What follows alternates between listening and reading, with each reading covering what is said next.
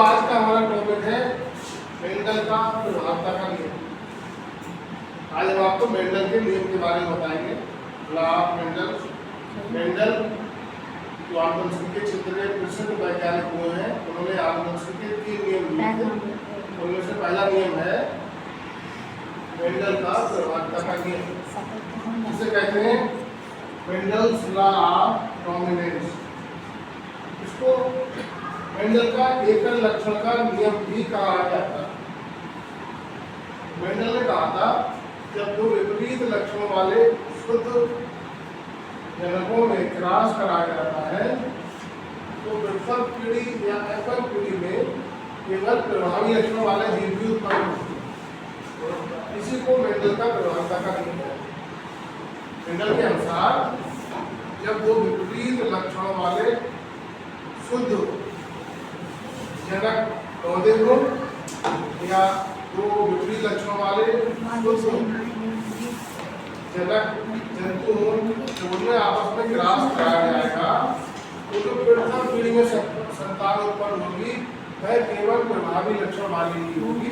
इसी को मेंडल का प्रभावता का नियम कहते हैं या मेंडल्स लॉ ऑफ डोमिनेंस कहते हैं। इसको उदाहरण के द्वारा समझेंगे आप।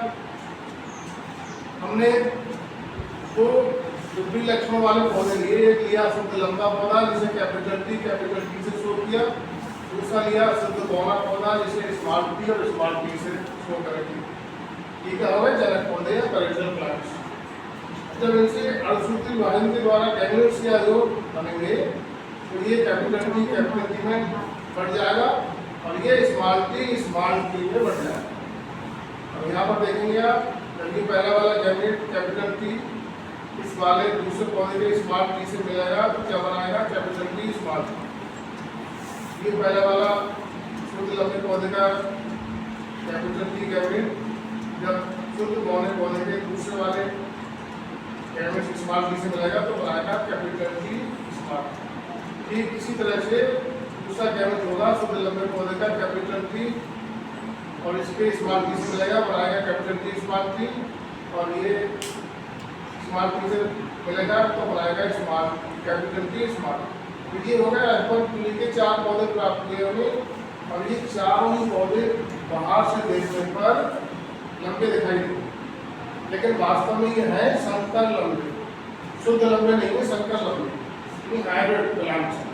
क्योंकि देख रहे हैं आप कैपिटल टी का स्मॉल टी तो ये हो गए संकर लंबे और एप्पल पीढ़ी जिसे फर्स्ट मिलियन जनरेशन भी कहते हैं। ये सभी पौधे कैसे होंगे, प्रभावी लक्षण वाले होंगे, लंबे होंगे। अब यहाँ पर जो लंबाई का लक्षण है वो क्या है, प्रभावी, और जो बौनेपन का लक्षण है वो अप्रभावी है। तो लंबाई का लक्षण उभर के आ रहा पहली पीढ़ी में और जो बौनेपन का लक्षण है उसको लंबाई के लक्षण में दबा दिया, अर्थात प्रभावी लक्षण ने अप्रभावी लक्षण को दबा के रखा, जिससे पहली पीढ़ी में